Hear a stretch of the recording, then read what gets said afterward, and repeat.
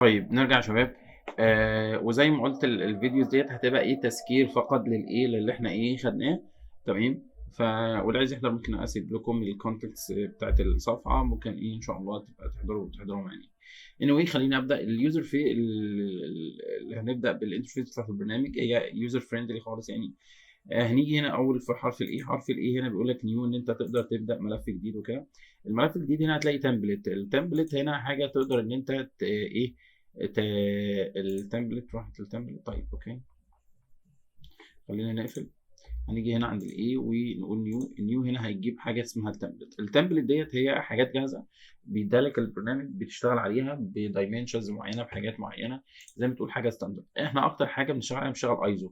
ISO بيشتغل إيه، اللي هو النظام الinternational اللي هو بالمليمتر والمتر والسنتي والكلام ده، غير النظام الأمريكي. طيب فأكتر حاجة إحنا هنستخدمها هي CAD ISO. تمام. وفي اللي هو CAD ISO 3D وفي CAD ISO 2D. تمام. في CAD ISO E2D. فاحنا هنستخدم اللي هو الكاد ايزو 2 دي وهندوس هنتك اوكي لما نيجي نشتغل يعني. دي اي حاجه. حاجه تانية بعد كده ان شاء الله ممكن اعلمك ازاي تعمل تمبلت خاص بيك. طيب دي اول حاجه. تاني حاجه اللي هي اوبن، ان انت بتفتح ملف انت عايز تعدل عليه. بتفتح الملفات اللي انت عايز تعدل عليها من اوبن.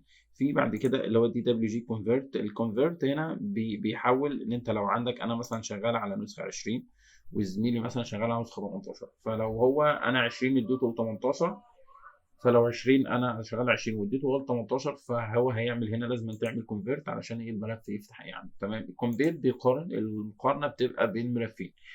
مثلًا حد اداك ملف وأنت عملت عليه تعديل واستلمت من حد من ملف عليه تعديل، فأنت عايز تشوف التعديل اللي عمله بدون ما تقعد تقارن. هو الملف الأوتوكاد هيقارن لك على طول بين إن أنت بتختار إيه ملفين. تمام. ملفين وتدوس compare والموضوع بيبقى بسيط وإيه شرحناه يعني. طيب تمام. دي بعد إيه الcompare. بعد كده تاني حاجة اللي هي الcompare. تمام. الconvert والcompare والقصة دي كلها. طيب بعد كده إيه قلنا هنا نفس الكلام. هنا بيبقى الrecent document اللي هي الحاجات المشاريع اللي أنت شغال عليها، وهنا الstart drawing بتاعتك. لو جبت start هيبدأ start. بس قبل ما تبدأ start أنت بتختار إيه الtemplate بتاعك نفس الكلام بالضبط، ما فيهوش أي حاجة جديدة. بس هنا بيبقى في فوق هنا نفس الكلام. لو دوست وقفت هنا على دي هتلاقي ان هو بيقول لك نيو واوبن. تمام. وحاجات كتيره يعني ايه حاجات سهله خالص. فلو دوست هنا ودوست نيو تمام واخترت هيجي لك الكاد، فانا اختار كاد ايزو. تمام. وهنفتح ايه اليوزر فريندلي برنامج.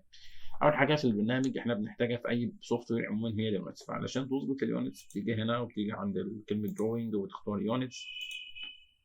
بتلاقي اليونتس بالمليمتر لان احنا ايه اوريدي مختارين التمبل بتاعنا، والنظام اللي هو الانترناشونال ممكن تخلي البرسيجن بتاعه الدقه بتاعته صفرين بعد العلامه. تمام. دي حاجه. الحاجه الثانيه ان انت عايز تغير الوان القصه ديت في البارز والحاجات دي، تيجي هنا وتتك على اوبشنز وبتدوس على الديسبلاي. فانت ممكن عايز تخلي اللايت ده بيخليه فوق. تمام. فلو دوست ابلاي هتلاقيه ان هو ايه غير اللون اللي فوق الابيض. فانا لا انا بشتغل اسود. تمام. ونفس الكلام لو جيت على color وعايز تغير الجريدز ديت بتلاقي ايه اللي هو هنا ممكن تغيرها عادي. تمام. تغيرها من هنا وتتك ابلاي وبعد كده اوكي. طيب دي معظم الحاجات اللي ايه اللي بنشرحها. انا هشرح سريعا لان الكلام ده قلته انا عايز افكر بس الناس. طيب دي الحاجه اللي بعد كده. الحاجه اللي بعد كده ايه بعد احنا قلنا اليوزر انترفيس وقلنا الابلاي والاوبشنز. تمام. وقلنا الكومبير. والحاجه اللي بعد كده ان انت مثلا بيقابل كتير من الطلبه، ودي حصلت كتير، ان انت بتيجي وانت مش واخد على اي سوفت وير بتغير الكلام ده. يعني الكلام ده راح منك فانت عايز ترجع كل الاوامر ديت لتاني. تمام. فبتعمل ايه ببساطه خالص؟ تقفل البرنامج. تمام. وتيجي هنا تحت خالص في البرنامج بتقول له ايه تعمل، تدوس كلمه ريسيت. تمام. فهتدوس ريسيت سيتنج تو ديفولت بتدوس عليها.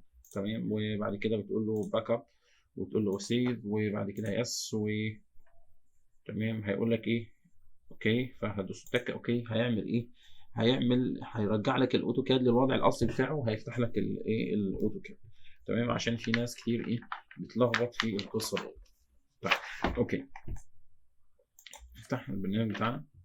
تمام.